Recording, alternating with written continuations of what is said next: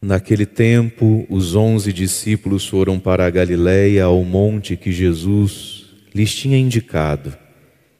Quando viram Jesus, prostraram-se diante dele. Ainda assim, alguns duvidaram. Então Jesus aproximou-se e falou: Toda a autoridade me foi dada no céu e sobre a terra. Portanto, ide e fazei discípulos meus, todos os povos, batizando-os em nome do Pai, e do Filho e do Espírito Santo, e ensinando-os a observar tudo o que eu vos ordenei. Eis que eu estarei convosco todos os dias, até o fim do mundo. Palavra da salvação. Glória a vós, Senhor.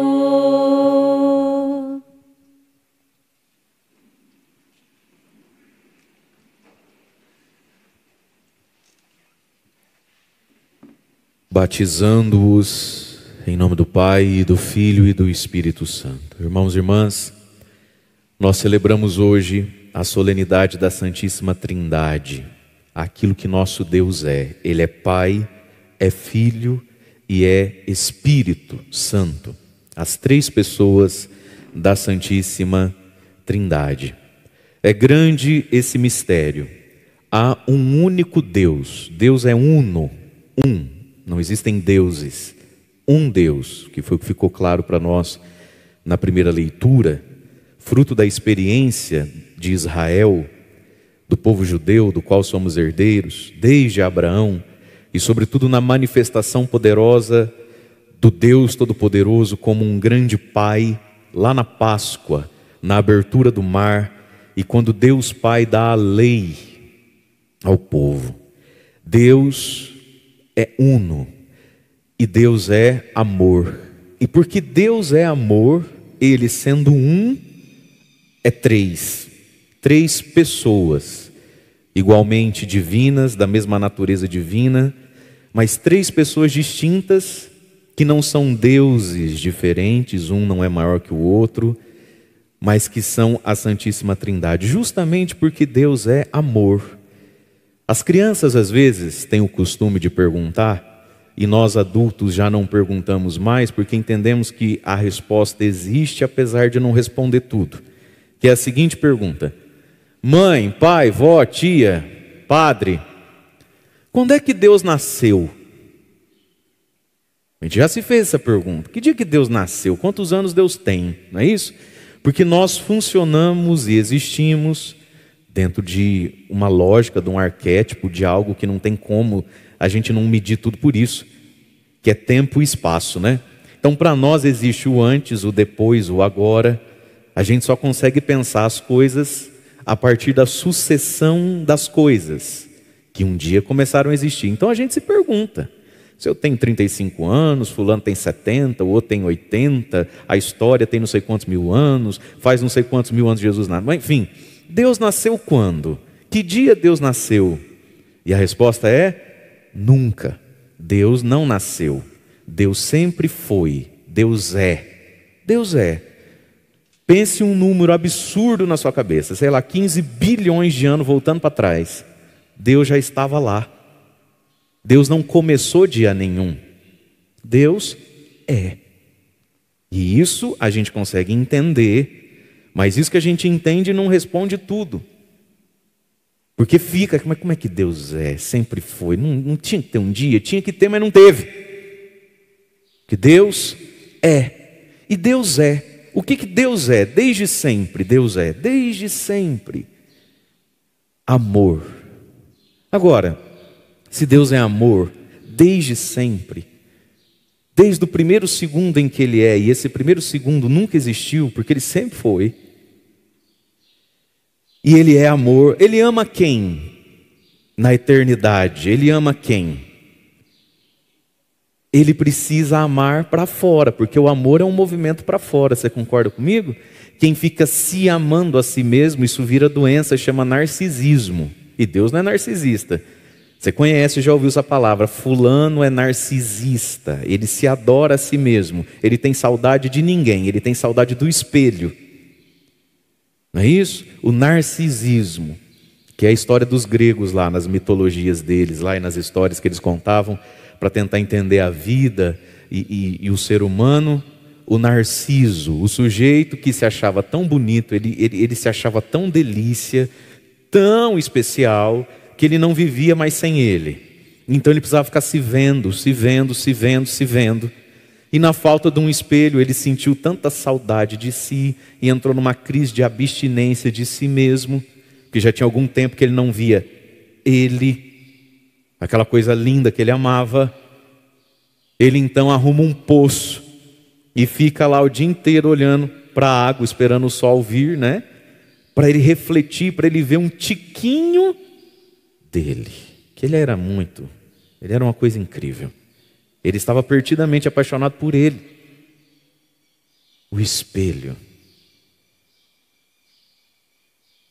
Entendeu? Só tem eu no mundo, o espelho. E o narcisismo é a vaidade física, mas não só. Tem gente que é narcisista a outros modos, né? Mas enfim. E aí de tanto ficar olhando lá para baixo, a sombra dele vai sumindo, ele começa a sentir uma tristeza, ele fala, não vai. E ele começa a empinar o bum. A anta cai lá embaixo, morre afogado no negócio lá. O narcisismo. Pois muito bem, Deus é amor, Deus ama. Narcisamente Ele mesmo?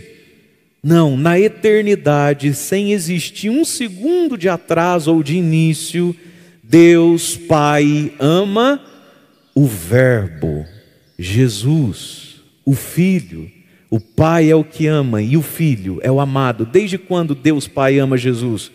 Desde o primeiro segundo, que nunca existiu, porque sempre foi assim. Deus ama o Filho, a segunda pessoa da Trindade. A gente fala segundo não para diminuir, como aquele que chegou depois do primeiro. Segundo só para distinguir as coisas. E o Espírito Santo é o amor do Pai pelo Filho, do Filho pelo Pai. Esse amor é uma pessoa, o Espírito Santo, derramado em nós. Tão grande é esse amor na contemplação do Pai e do Filho, que esse Espírito é como se não coubesse no céu, se derrama sobre a criação do mundo, tudo que Deus criou, e de modo especial, cada um de nós. O ponto alto da criação, da manifestação da Santíssima Trindade. O objetivo de Deus, meu irmão, minha irmã, é você, sou eu. Deus nos habita, nós somos templos do Senhor, templos de um Deus que não conheceu o primeiro segundo, nem vai conhecer o último, porque Ele é, e nos fez a sua imagem e semelhança, e não só quis nos contemplar, olhar para nós, como quis e quer morar em nós, habitar em nós, na expressão maior do amor de Deus, que é o Filho Jesus na cruz. Jesus fez do fato da cruz um sacramento, a Eucaristia, tomai e comei o meu corpo que será dado na cruz, mas não só na cruz, em cada missa, em cada altar. E faz o que com isso? Só contempla? Só olha? Comunga, comunhão. Deus, porque é amor, e inclusive nesse grande mistério, o que foi que Deus viu em nós, afinal de contas? Ele não quer ter comunhão com a vaca, com o boi, com o passarinho, com o peixe, com a lua ou com o sol. Deus quer ter comunhão com você e comigo. Ele quer morar em nós. A nossa alma é o céu de Deus quando a gente está em estado de graça. Por isso, meus irmãos, a feiura e o desperdício que é viver de costas para Deus. A feiura, o desperdício que é rejeitar Deus. É rejeitar muita coisa. Nós somos, a nossa alma é o céu de Deus em nós. Nós nascemos para ser habitado por Deus. Foi isso que Deus quis com toda a criação. E aí a palavra então vai nos revelando um pouquinho desse Deus. Toda a Escritura revela, né? Nós celebramos domingo passado Pentecostes. Os discípulos não tinham experimentado, conhecido e vivido o Espírito Santo até Pentecostes. Jesus tinha prometido o Espírito. E então, após a gente celebrar toda a Páscoa de Jesus, que começa todo esse mistério que a gente celebrou, Quaresma, Semana Santa e o tempo pascal, onde Jesus falou tanto do Pai, esse Pai que de algum modo o judeu já conhecia. Nós conhecemos Jesus, então celebramos o Espírito Santo e agora nós celebramos os três. E a primeira leitura é do Antigo Testamento, livro do Deuteronômio, quando o povo vai entendendo que Deus, não existem deuses, existe um só Deus. E esse Deus age como Pai. Então, através de Moisés, o grande profeta do Antigo Testamento, Moisés pergunta ao povo no deserto, o povo que andava lamentando, lamuriando, o povo que andava pecando, o povo que andava querendo voltar para os deuses cananeus, os deuses dos egípcios, porque a gente é assim, quando acocha e aperta, ao invés da gente continuar onde está, a gente inventa moda. Não é assim? A nossa impaciência e ingratidão.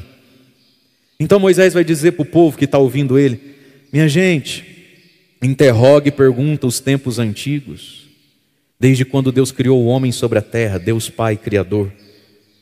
Olha de um extremo ao outro do céu, se houve coisa semelhante ao que Deus fez por nós. Ele está falando aqui da passagem do Mar Vermelho, a grande experiência do judeu com Deus, e portanto nossa, a passagem do Mar Vermelho. Aí ele pergunta: e existe porventura algum povo que tenha ouvido a voz de Deus falando do meio do fogo e continuasse vivo? Está falando aqui daquilo que o padre explicou na homilia do Pentecostes, a doação da lei. Quando o povo está no pé da montanha do Sinai, aquele trem parece que vai cair em cima deles, a montanha tremia, esfumaciava, e cadê Moisés para socorrer nós? Moisés está no alto do monte, só vai descer no fim do dia com as tábuas da lei. E agora Moisés está perguntando: vocês já viram isso? Ouvir a voz de Deus no pé de uma montanha entre fumaça e fogo? Quem é que viveu coisa bonita assim? Ou terá algum Deus, vocês conhecem algum Deus que escolheu para si um povo, no meio de provações, sinais e prodígios, combates, e que fez o que o nosso Deus fez por nós, diante dos teus próprios olhos? E aqui tem algo, meus irmãos, a fé está na memória. Por isso que a gente precisa celebrar, porque a fé está na memória. E a memória precisa ser celebrada diante dos teus próprios olhos. Presta atenção no padre, tente não dormir. Não basta você saber que 25 de dezembro é Natal. Ah, é Natal! Você precisa celebrar o Natal. Não basta você saber: hoje ele está morrendo, sexta-feira santa. Você precisa celebrar. Ele ressuscitou. Você precisa celebrar. O que nós estamos fazendo aqui é celebrar a memória. Olha o que Moisés está fazendo com o povo, na crise de fé do povo. Pergunta para a tua memória, olha para trás, reze a sua história, celebre as coisas que você sabe, porque se você não celebra o que você sabe, você enfraquece o saber. Você entende isso? Então não adianta, meu irmãozinho, no Natal, na Páscoa, no Ano Novo e no domingo, a gente rezar uma Ave Maria apressada porque as barrigas estão roncando e dizer que com isso a gente reza. Isso é mentira. Isso não resolve. É preciso celebrar a memória. É por isso que todo ano tem Pentecostes, todo ano tem Santíssima Trindade. Nós precisamos celebrar. É por isso que todo ano, num domingo desse, o padre vai pegar aqui o incenso. Eu acho chique demais o barulhinho da corrente, vocês não acham? Cheque, cheque. É demais da conta. O Senhor esteja convosco. E quando não, fala assim: um homem tinha 2 filhos. O mais novo falou: pai, dá a herança. Você aí embaixo fala: minha Nossa Senhora, de novo esse menino. E até esse moleque voltar arrependido, atrasar meu almoço. Mas nós precisamos todo ano celebrar a memória de que Deus é misericórdia, de que nós somos pecadores. Você percebe? Por isso que de vez em quando você vem na igreja ouvir a mesma coisa de novo. Porque tem que celebrar o saber, senão você enfraquece o que sabe. Perde o que sabe, e o pouquinho que sabe não faz nada dentro do seu coração, cada vez mais azeda, amarga, chato, deprimido, desviado, trupicão. É preciso celebrar o que você sabe, meu irmão, porque saber até o capeta sabe. Qual é a diferença do demônio para quem está no céu? Uma das é que o demônio não celebra o que sabe. Não pense você que o demônio não seria um catequista melhor do que o próprio padre para você. que ele sabe isso aqui de trás para frente, em todos os idiomas, só que ele não celebra, ele não dá graças, ele não se curva, ele não saboreia, ele só sabe. Cuidado, hein? O teu muito saber pode endemoniar você.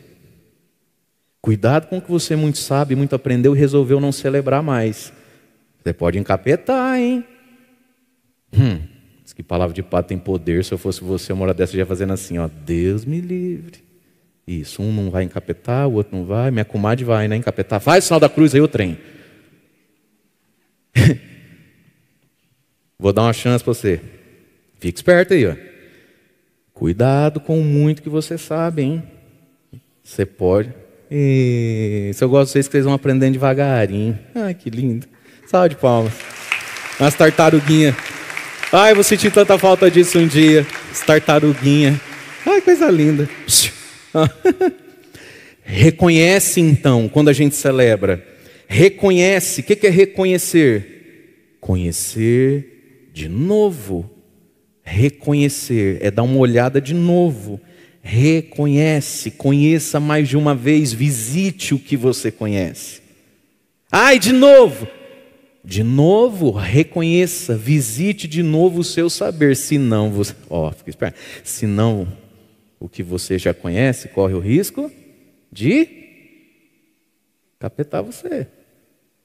Isso. Deus o livre, né, gente?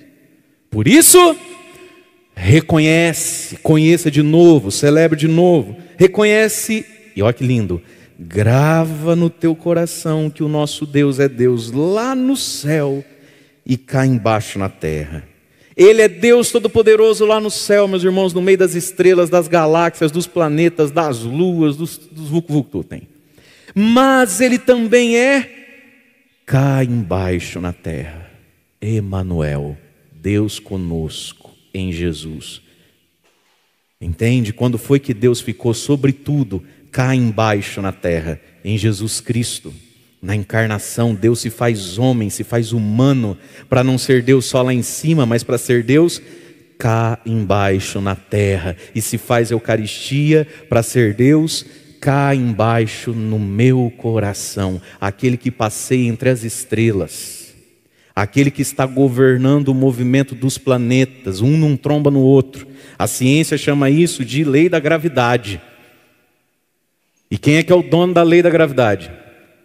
Quem é que calculou o 0,01% ao quadrado do y do cubo de Bhaskara? Se você jogar no Pitágoras, é por isso que a lua não... Deus. Mas Ele veio cá embaixo na terra. No ventre de uma mulher, cá embaixo na terra. Sendo criança, adolescente, jovem, homem, cá embaixo na terra. Sentiu fome, frio, chorou quando Lázaro morreu. Cá embaixo na terra, sentiu o sangue fervendo diante da injustiça que acontecia naquele tempo, quebrou tudo. Cá embaixo na terra, na doença, na enfermidade, na cruz, Ele levou sobre si nossas dores de quem vive cá embaixo na terra. E ficou cá embaixo na terra, na Eucaristia, para ficar dentro de nós, para que um dia nós tenhamos Deus lá no alto, porque a gente nasceu para ir para o céu. Você pode dizer um amém para essa palavra? Sim ou não? Obrigado, tem uma católica ali, o resto não veio para a missa ainda. Meu irmão, Deus é Deus cá embaixo na terra, em nós. Só que isso não é ideia. Isso o demônio sabe mais que nós. Mas ele não celebra, ele não adora, ele não louva, ele não abre a boca para cantar. Ele não coloca o joelho no chão. Ele não entra na fila da comunhão para falar amém. Ele só sabe. Ele só ouviu dizer. Ele não ama o que sabe. Por isso nós precisamos celebrar o que sabemos. E é isso que sabemos. Que o Todo-Poderoso, em Jesus, no Deus Filho amado eternamente, trouxe o Todo-Poderoso cá embaixo na terra. E o Todo-Poderoso, pelo Espírito Santo que age na igreja e que nos dá os sacramentos, cá embaixo na terra, nos dá os sacramentos que nos levam lá para o céu. O batismo, a confissão, a Eucaristia. E tudo isso confirmado em nós, pelo dom do Espírito, no sacramento do Crisma.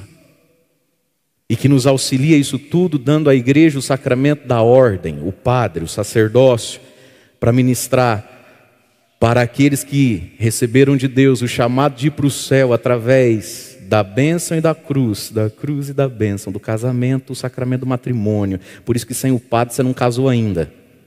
Eu sinto muito, eu sei que vocês se amam, vocês se adoram, vocês se respeitam, mas se não teve um padre lá no meio, o Espírito Santo não fez isso ser sacramento. Vai ficar cá embaixo na terra só. A unção dos enfermos para curar o doente ou para que a doença cure o doente. Você sabe que a gente quando está doente, de duas uma. Ou Deus cura a doença em nós, ou a doença cura a doença em nós. É por isso que tem o sacramento da unção dos enfermos para fortalecer a alma. E acontecer aquilo que tem que acontecer em nós quando a gente está doente. Ou ser curado pelo Espírito Santo, ou ser curado pela doença. Que cura a nossa alma, que nos purga, que nos descasca, que nos purifica e nos aponta para o céu e para Deus. E aí então ele diz, reconhece e grava no teu coração. Não deixa o teu coração esquecer. Deus não está só no céu, Deus está cá embaixo, na terra, para ser celebrado e não só sabido, porque saber o demônio também sabe. Mas é bonita essa expressão, meus queridos, grava no teu coração. Vamos voltar aqui, ó. Isso aqui foi séculos e séculos antes de Jesus. Não tinha caneta, igual tem hoje. Não tinha computador, papel. Tanto é que Deus, quando dá a lei para Moisés, dá em tábua de pedra. O povo escrevia na pedra. Portanto, quando diz assim, grava no teu coração, qual é a imagem que a gente tem que ter? Um martelo, um porrete, certo? Um pedacinho de ferro, ou uma pedra muito fina, e uma pedra. Grava no coração significa esculpe no teu coração. Tatua, cicatrize em você que nunca mais sai. Você imaginou você escrever na pedra? Não sai mais, sai? Não sai. Não morre o papel, depois de não sei quanto tempo, ele derrete lá na terra, lá, sei lá como é que chama, né? Absorve tudo. Pega um martelo do saber, da celebração, e dá com força no próprio coração. Grava em você, para você nunca mais esquecer. Nosso problema é que a gente fica escrevendo as coisas de Deus dentro de nós a lápis, com letra de menina ainda assim, ainda faz florzinha. Qualquer coisa vem um capeta, passa a borracha, mete o Rorex. Grava no teu coração, meu irmão.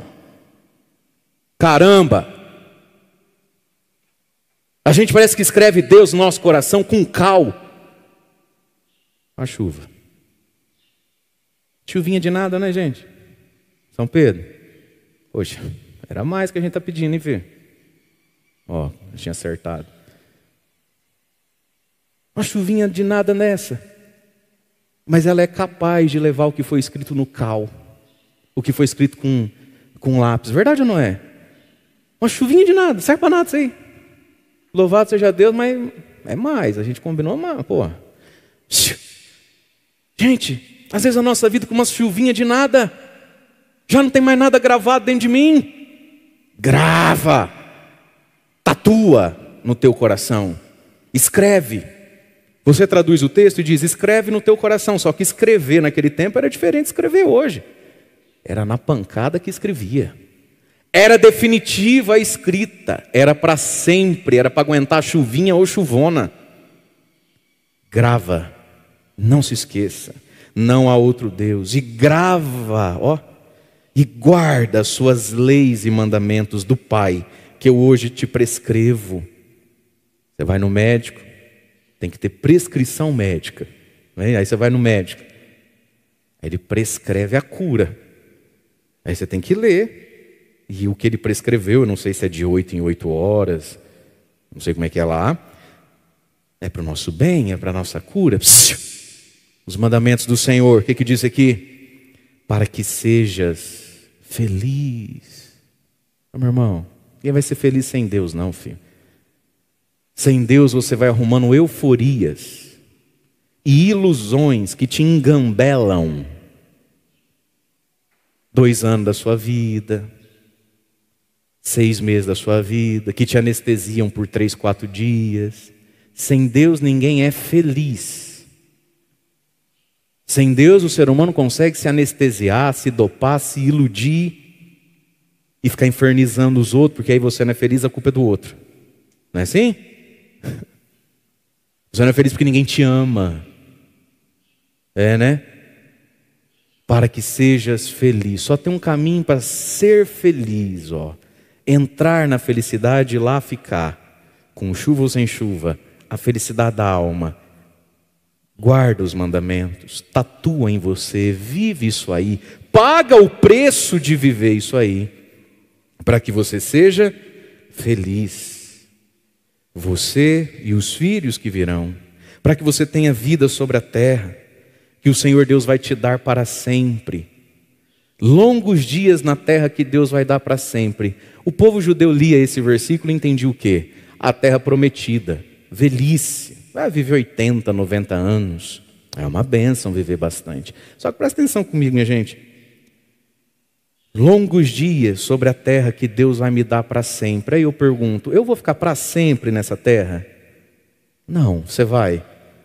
Ainda que você fique aqui longos dias, você fica aqui para sempre? Não. Onde é que é o para sempre?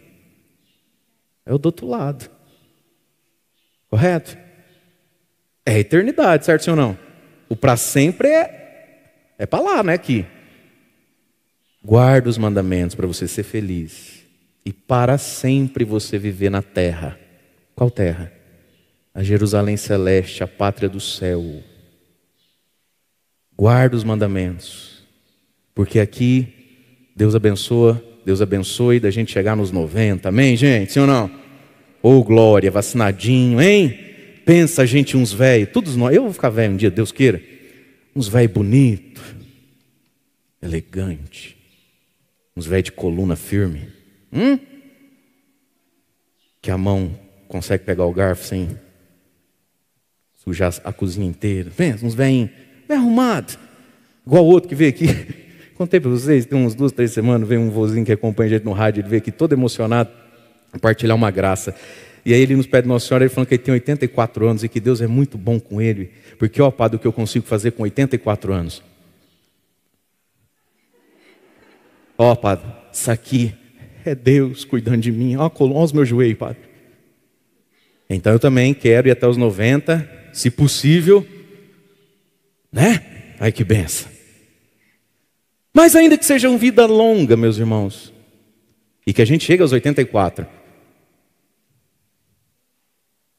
aqui não é para sempre, grava em vista do para sempre. Agora, filho, filha, de verdade, tem um para sempre lá em cima, amém? Sim ou não? Amém? Tem um para cima lá, tem um para sempre lá embaixo também, não tem? Tem ou não tem? Tem. Deus, o livre. Grava para o teu para sempre ser lá em cima, porque tem um para sempre que é Deus o livre. Você está louco. O Pai poderoso que faz prodígios, que criou tudo e que deu a lei para a gente ser feliz. E aí nós cantamos o salmo, feliz o povo que o Senhor escolheu por sua herança. Gente, nós somos a herança de Deus. O que Jesus quis ao morrer na cruz? Com o que Deus Pai paga Jesus? Com nada e outra coisa a não ser os nossos corações. Nós somos o grande alvo de Deus. Deus quer você. Deus me quer. E como é que Ele nos quer? Como é que Ele vem a nós? Através da palavra de Deus. A palavra do Senhor criou os céus. O sopro dos seus lábios as estrelas. E essa palavra é Jesus que virá a nós. Para nos dar o Espírito Santo. E aí nós ouvimos a segunda leitura, tão bonito. Paulo aqui dizendo aos romanos, irmãos, Nós precisamos do Espírito Santo para nos conduzir. Tem um santo que eu sempre esqueço o nome dele, não sei se é São Bernardo, ou deve ser, que diz assim: quem segue a si mesmo é discípulo de um idiota. Irmãos,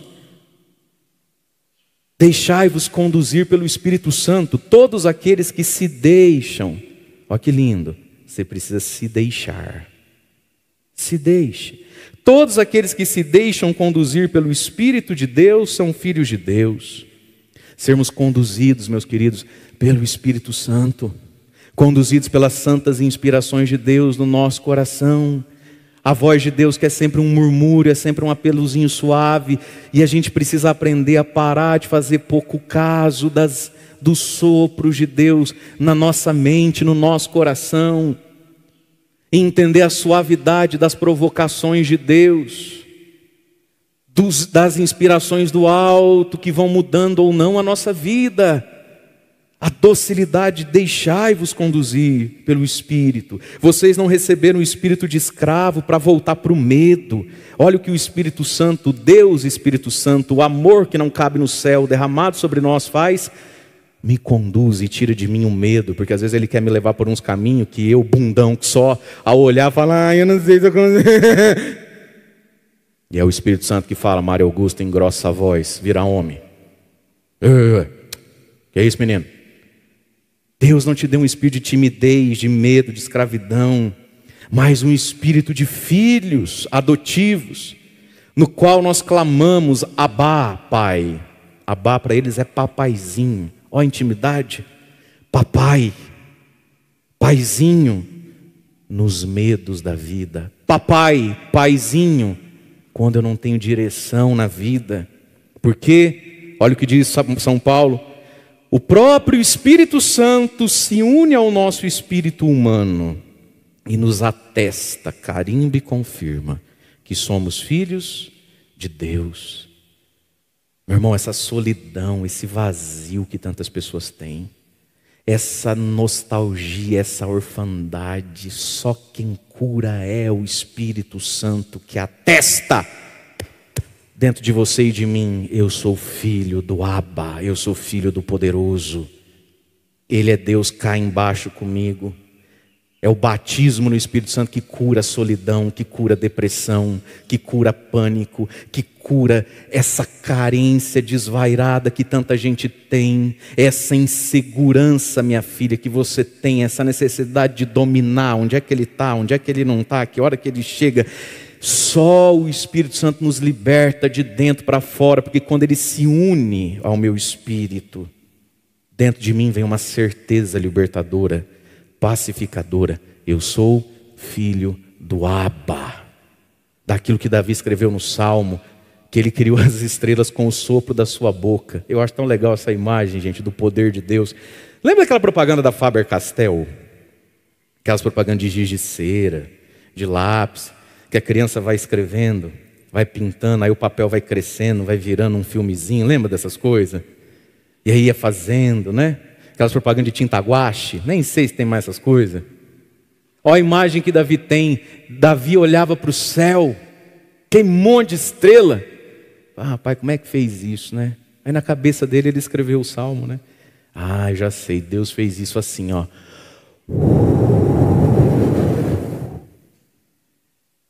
E as estrelinhas foi sendo feitas. Ou seja, tudo isso aqui é galáxia. Deus fez num... Olha que difícil que foi para ele. Um sopro. Agora, meu irmão, Deus é tudo isso. Mas se eu não tenho o Espírito de Deus dentro do meu coração, porque eu não rezo. Eu não tenho o Espírito de Deus no meu coração, porque eu não comungo. Santo Efrem diz, quem comunga, comunga carne e fogo do Espírito. Se eu não tenho esse Espírito, porque eu não me uno à Virgem Maria, eu malemar rezo uma Ave Maria bocejando antes de dormir. Se eu não leio a palavra, que é a espada do Espírito, diz a carta aos Efésios. Se eu não tenho esse Espírito, porque eu não consigo vir num sacrário 5 minutos ao longo de uma semana inteira. No meu espírito não tem o Espírito dizendo que eu sou filho. E aí fica nessa vida, eu não presto, eu mereço mesmo passar por isso, eu nasci para sofrer, eu nunca vou ser nada, porque a minha mãe é doida, o meu pai é safado, nós somos pobres, não sei o quê, tia fulana foi injusta, o meu patrão não me entende. Está faltando o Espírito no espírito da gente. É aqui que a vida muda. E Paulo está dizendo isso, o Espírito Santo quer vir dentro de você e de mim, se unir para a gente orar ao Abba. E ele diz, e se somos herdeiros do Pai e do Cristo, co-herdeiros em Cristo, seremos herdeiros de tudo. E aqui tem um papel que o Espírito Santo precisa realizar em você e em mim. Paulo diz, tudo isso e tem sempre um ser. Tem sempre um mais. Estava bom demais para ser verdade, né? Tudo isso realmente sofremos com Ele, para sermos um dia glorificados com Ele, orando para o Padre. Tudo isso, meus irmãos, passa pela capacidade de sofrer com Ele.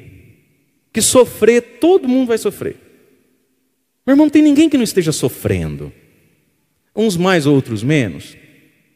Estamos todos sofrendo.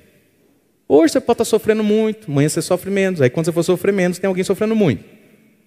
A questão é, se realmente sofremos, aí você fala, sofrendo eu estou. Calma, não terminei a frase. Sofrendo com comunhão com Ele. Isso é um dom do Espírito Santo e uma missão do Espírito Santo, um dever nosso que sem o Espírito Santo a gente não cumpre. Sofrer unido a Jesus. Sofrer com Ele, sofrer em Deus. Não sofrer como pagão. Não sofrer como um desesperado. Não sofrer como um ateu, um à toa. Sofrer com Jesus. Se realmente sofremos com Ele. Aprender a sofrer com Deus, meus irmãos. Os sofrimentos que a gente não escolhe, o desemprego, a doença, a morte de alguém que a gente ama, a traição de quem a gente depositou confiança, o bem que a gente fez e não voltou em ingratidão, isso é sofrido, mas sofrer isso com Jesus e sofrer os sofrimentos de ser de Jesus. Porque ser de Cristo traz um sofrimento, porque você é de Cristo, você olha e vê, mais magra, mais nova, mais calma, mais elegante, mais atenciosa, só que não é sua, a sua é essa aqui, ó, mais gorda, mais velha, mais chata, mais nervosa, destrambeada, é ou não é? Mas é a tua. E sofrimento, né, filho? Sofre. O sofrimento de ser de Cristo, o sofrimento de ser fiel ao teu matrimônio, o sofrimento a ser fiel ao teu salário, que aquele lá não é teu, esse é o teu salário. As nossas circunstâncias, ser de Cristo traz sofrimento. Ou você não sente vontade às vezes de voar na goela?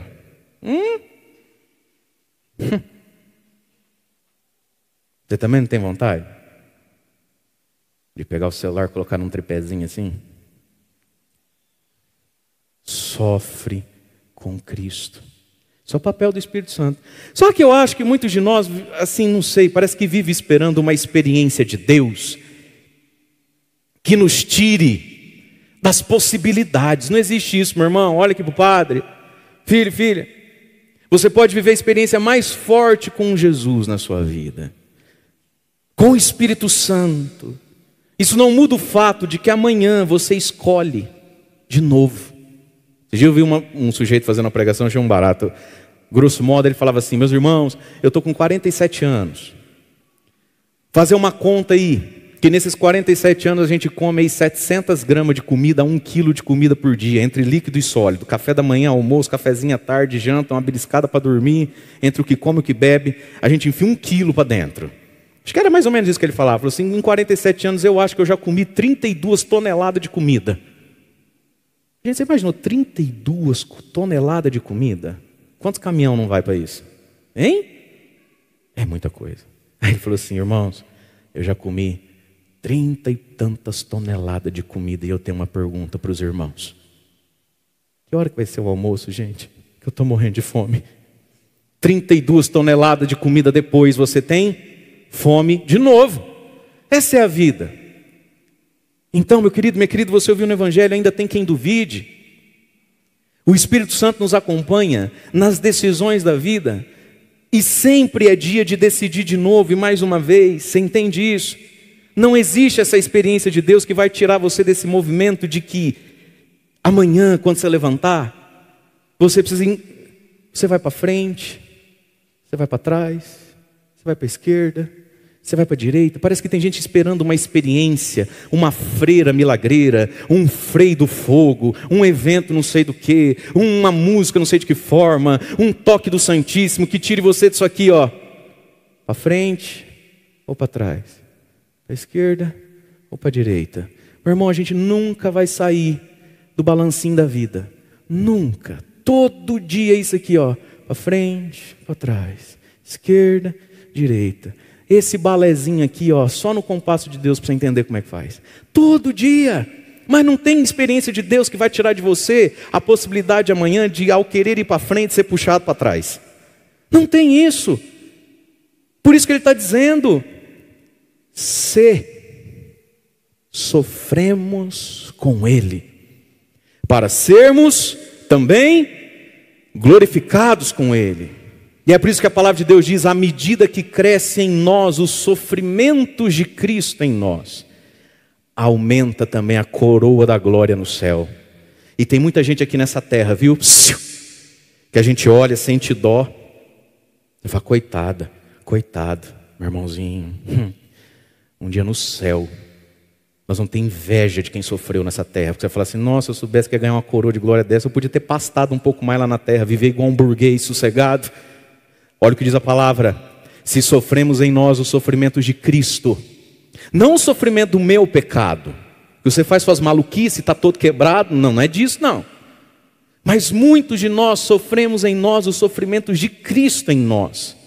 Quando você precisa perdoar quem não merece, amar quem não merece, ter paciência. Quando você precisa ser caridoso, generoso, compassivo, isso é o sofrimento de Cristo em você.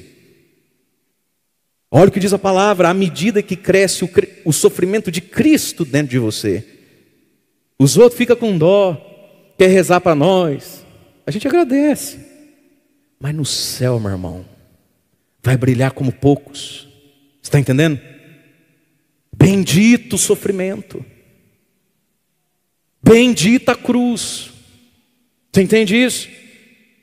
À medida em que sofre com Ele, não é na cachaça não, é com Ele, não é se dopando igual um zumbi, desculpa falar, com Ele, Poliana. Gente, essa vida não é Disneylândia não, com Ele. Todos nós temos insucessos, fracassos, todos nós chutamos um pênalti, a bola não entra. Com Ele, aprendamos a sofrer, minha gente. Não é gostar de sofrer não, mas é saber sofrer. Com Ele, isso quem faz? O Espírito Santo. E aí no Evangelho nós ouvimos que Jesus então está no monte, lá na Galileia. Os 11 estão com Ele. Por que não é 12? Porque o Judas, coitado, fez besteira. Os 11, Judas se perdeu na fé. Os 11 estão com Ele, ao monte que Jesus indicara. Quando viram Jesus, prostraram-se diante dele. Para o judeu, prostrar é um pouquinho diferente do nosso ajoelhar, que a gente ajoelha assim, né? Prostrar significa ajoelhar e levar a testa rumo ao chão na medida do possível. Aí cada um tem uma coluna e uma barriga, né? Mas prostrar é encolher diante de Jesus. Ele é Deus. E a gente sabe disso. A gente sabe que quando Jesus na terra rezava a Deus lá no céu, de fato tinha um Deus lá no céu. Mas aquele que na terra rezava não era um homem comum. A gente sabia que era Deus falando com Deus. Jesus é Deus, ele se prostra diante dele. Ainda assim, oh meu Pai, alguns duvidaram. Ainda, que coisa triste, né, gente? A descrença. Ainda assim, ou seja, depois de tudo, não ajoelha. Depois de tudo, não reza. Gente, nós temos que pedir a misericórdia de Deus por nós e por tantos. Ainda assim e depois de tudo, o sujeito não entrega, não se rende. É ou não é? Ainda assim, depois de tudo. Passou na navalha, passou no fio da morte. Ainda assim. Impressionante. Foi na rapinha, mas nos 49 do segundo tempo, São José foi lá e puxou de volta. Ainda assim. Fala para ele assim: Benê, amor, filho, Deus foi tão bom, né? Vamos na missa domingo? Benê, amor, pai, vô, Deus foi tão bom. Tem uns 27 anos que o senhor não confessa. Quer que eu marco para o senhor?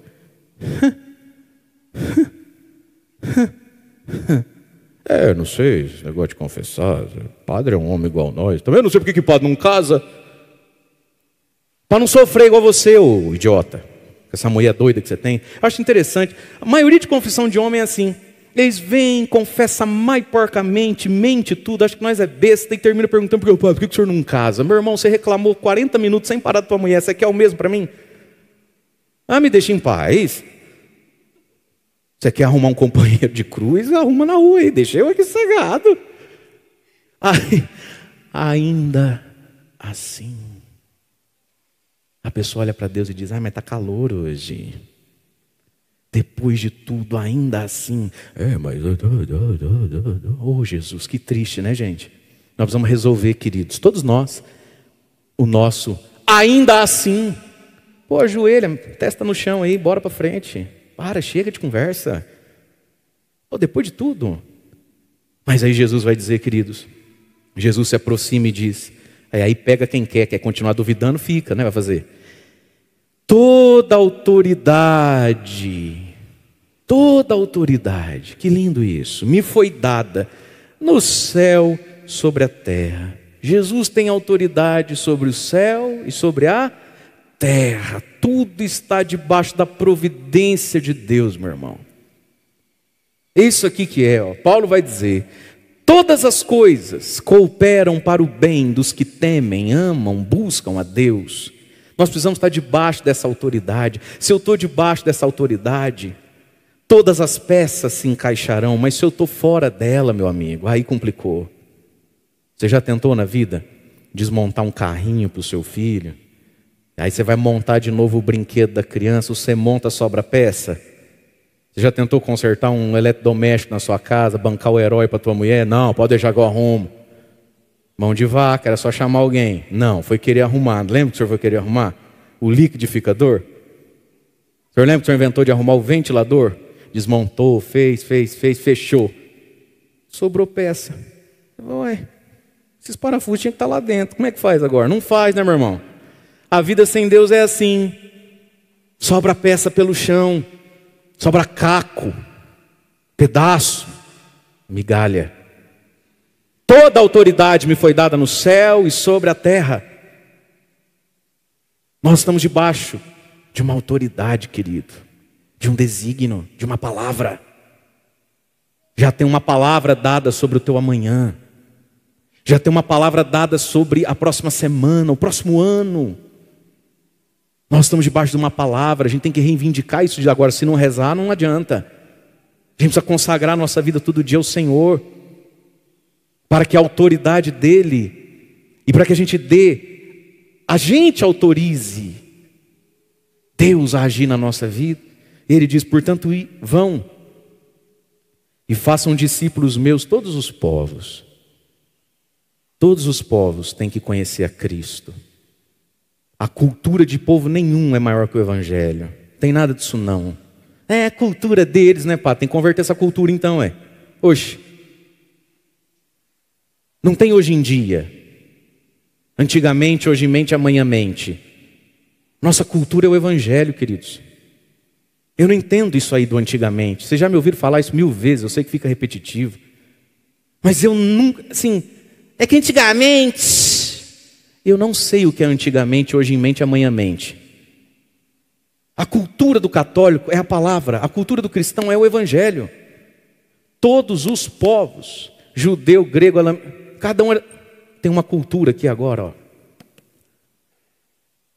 Tem uma ética, tem uma moral. Aqui, ó, ele é. Entende? Ele é. E aí, gente, Jesus vai mandar algumas coisas para a gente fazer para o outro e fazer em nós. E de fazer discípulos os outros. Mas eu também preciso me evangelizar a mim mesmo. Não é verdade? À medida que eu evangelizo vocês, eu preciso me evangelizar, senão está errado. Batizando-os, mergulhando-os em nome do Pai, do Filho e do Espírito. Batizar significa purificar e incorporar na igreja. Eu tenho que fazer isso pelos outros? Sim, mas tenho que fazer isso por mim mesmo também. Eu também preciso me batizar. Batismo em grego significa mergulho. Eu também preciso me mergulhar no Pai, na paternidade dele. Eu também preciso me mergulhar no senhorio e no sangue de Jesus. E eu também preciso me mergulhar nos dons do Espírito Santo, ensinando-os a observar o que eu vos ordenei. Eu tenho que ensinar o outro, catequizar o outro. Sim, e a mim mesmo também. Eu também preciso observar o que ele ensinou. E tudo isso por quê, gente? Eis que eu estarei convosco todos os dias até o fim do mundo. Ele está conosco. Ele é Deus lá no céu e cá embaixo, na terra do nosso coração. Conosco todos os dias. Que lindo isso. Por quê, meus queridos? Não é todo dia que você talvez possa estar com Jesus na igreja, na comunhão. Mas a terra não está vazia. Agora tem muita gente que está onde? Num leito de hospital. Jesus disse, eu estou com você todos os dias. E Jesus, mas eu estou aqui na enfermaria, na UTI. Mas eu estou aí, dentro. Nós somos templos de Deus. Quando a gente precisa estar no hospital, templo de Deus quando precisa estar trabalhando, fazendo as coisas da vida. Templo de Deus, quando a gente precisa se dedicar a alguém, Ele está conosco. Quando a gente é casa de Deus. E nós somos essa casa de Deus. Mas a palavra hoje é que Ele é Deus lá em cima, cá embaixo na terra, porque Jesus se encarnou. Cá embaixo no coração, porque o Espírito Santo nos habita. E Ele está conosco. Para isso, meus irmãos, nós precisamos todos os dias da nossa vida renovar o batismo, mergulhar no Pai, no Filho e no Espírito, na paternidade, no senhorio e nos dons de Deus. Mergulhar, pular dentro, nadar em Deus. E é por isso que na nossa vida tem épocas, por exemplo, que a gente fica muito voltado para o Pai. Por quê? Porque a gente está precisando de paternidade, de segurança, de braço forte. Tem épocas da nossa vida que a gente fica muito ligado a Jesus. Por quê? Porque a gente está precisando da verdade, da palavra, porque a gente está precisando ser lavado, iluminado por Ele. Tem época na nossa vida que a gente fica muito voltado para o Espírito Santo. Por quê? Porque a gente está desejoso de crescer nos dons, na santidade interior. Cada vez a gente mergulha num rio diferente. Mas todos eles são o grande oceano que é Deus. Um e trino. Grande é esse mistério. Não cabe todo na nossa cabeça. Mas cabe o suficiente para a gente desejar, amar, obedecer e se prostrar. E seguir e receber em nós desse mistério. O mistério nos toca, o mistério nos faz bem, ainda que a gente não entenda tudo. E eu não poderia terminar sem contar a história que eu sei que você já ouviu, de Santo Agostinho. Tem sempre gente nova, nunca ouviu. Santo Agostinho viveu a experiência da Santíssima Trindade dele na conversão.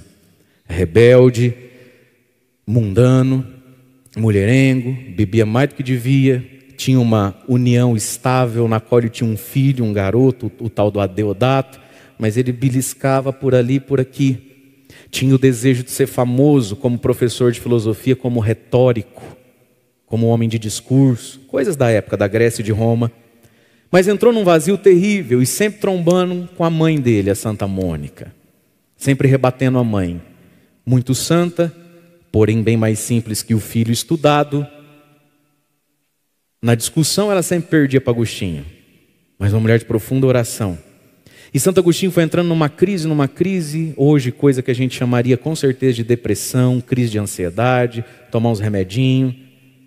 E Santo Agostinho foi se afundando nisso, nos seus vazios e no seu orgulho. Vazio ele sentia, mas o orgulho não deixava. E aí então, um dia, ele vai no quintal, no jardim da casa dele lá, senta e chora. Chora porque se sente um lixo, chora porque se sente sujo, chora porque se sente um homem pela metade, com as suas crises. Às vezes ele tinha umas crisezinhas financeiras, Santo Agostinho tinha, e ele tinha um filho, e possivelmente ele queria dar para aquele filho tudo que o pai dele deu para ele, ele não sabia se ele ia conseguir. Então ele se senta e chora, profundamente fracassado. É uma época da vida dele que ele sofre muito. E tem uma mesinha com uma Bíblia ali, como era possível ter lá pelos anos 400 da nossa fé, com alguns papéis ali. E ele debochava da Bíblia, dizia para a mãe dele que aquilo era coisa de véia e de gente sem cultura. Afinal de contas, ele lia Aristóteles, Platão. Ó. E aí então, um jardim perto da casa dele, lá tipo uma vizinha do outro lado, umas crianças começam a cantar uma musiquinha que se cantava na catequese das crianças à época, uma cantilenazinha que dizia: toma e lê, toma e lê, toma e lê, pega e lê. E o vento traz no ouvido dele, baixinho, no meio daquele choro, ele chorava meio compulsivo. Toma e lê, desembaça os olhos, olha em cima daquela mesa, alguém deixou aquela Bíblia lá, porque ele mesmo não tinha, não gostava dessas coisas. E aí Santo Agostinho pensou: toma e lê, essas crianças cantando, o vento soprando na direção da minha casa para trazer isso para mim, e tem um livro ali, que é coincidência, isso é coincidência, né, padre? Aham, é coincidência. Aí então ele levanta, vai lá, tira os catarros do nariz, as remelas dos olhos, todo inchado, se limpa, pega ali a Bíblia, era um Novo Testamento, todo folhado, porque ventava muito. Ele pega, carta de Paulo aos Romanos. São Paulo só não deu o CPF dele. São Paulo só não falou Agostinho, mas falou tudo. Irmãos, nada de orgias, bebedeiras, tá, tete, totu, mais uma vida nova em Cristo, porque pá, pé, pi, pó, pu. E ali, Santo Agostinho experimentou que existe um único Deus, e Ele é o meu Pai, eu vim dele, eu não vim de... E esse Jesus que Paulo fala é Deus, e Ele está me santificando aqui agora, me libertando, e quem fez esse vento soprar nessa página é o Espírito Santo. Pronto. Viveu, mas porque filósofo queria entender. E aí então o que faz Santo Agostinho? Começa a cavucar o que ele sabia, ele não duvidava, mas ele queria entender o que ele acreditava, o que ele experimentou. Ele sabia que Deus é Pai, Filho e Espírito Santo, mas como?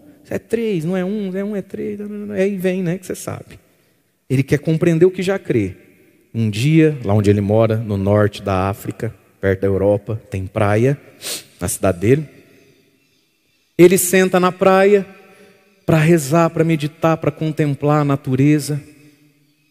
E ele mergulha, e quando ele vai conseguir entender como é que um Deus é três, e sendo três só é um, escapa, e ele mergulhando, ele começou a sofrer com isso. Aí ele começou: será que eu não me iludi? Será que o Deus dos gnósticos é que não está certo? Porque ele não pegava tudo. E aí então vem um garotinho, que é um anjo de Deus, né? Enquanto ele está aqui, o garotinho por ali. O garotinho vem com um baldinho, alguma coisa, cheio d'água. Cava o buraco. Um buraquinho, né? Derrama toda a água. Aí a água chega e escorre, assim. Aí o molequinho todo feliz dá um pulinho, ó, e vai para o mar buscar mais água. Quando o moleque corre, o que o buraco da areia faz com a água? Suga a água. Aí o menininho vai lá, pega a água e volta. A água caindo, né? Carregando a água. Tá vendo a água caindo, não tá? Aí joga. Aí fica todo feliz, chega a sorrir. A água chega esparrando. Aí eles vão buscar mais aqui. Correndo. O buraquinho. Vai lá, pega a água, enche o baldinho, aí volta. Tentando não derrubar a água. Vai lá. Não tem mais nada ali. Joga de novo. Quando ele vira as costas, o que o buraquinho vai? Aquilo foi dando um nervoso no Agostinho, que ele não aguentou. Ele levantou, o menininho veio e falou: filho, menino, o tio está tentando. Que tanto você coloca de água aqui, vai e volta. O que você está querendo com isso, criatura? Que eu vou colocar o mar, eu vou colocar o oceano dentro do buraquinho. E jogando a aguinha dele. Aí o Agostinho riu, né? Falou: filho, menino, você não sabe que é impossível o mar entrar no buraquinho?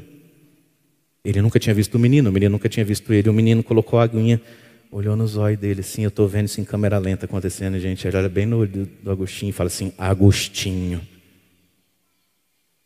Na hora, aquele arrupio no pé da coluna aqui, aquele gelado que sobe. Como é que esse menino sabe meu nome? Nunca me viu? O menino era um anjo de Deus. Agostinho. E você não sabe que é mais fácil o mar entrar no buraquinho do que o mistério da Santíssima Trindade entrar na tua cabeça? E daí ele olhou para o menino e o menino desapareceu. Só ficou o baldinho. E Santo Agostinho foi embora para casa, entendendo o mistério. Eu não sei tudo, eu sei o suficiente para mergulhar no Pai, para mergulhar no Filho, para mergulhar no Espírito, para nessa vida conviver cá embaixo na terra com aquele que espera lá em cima no céu. Quero convidar você a ficar em pé.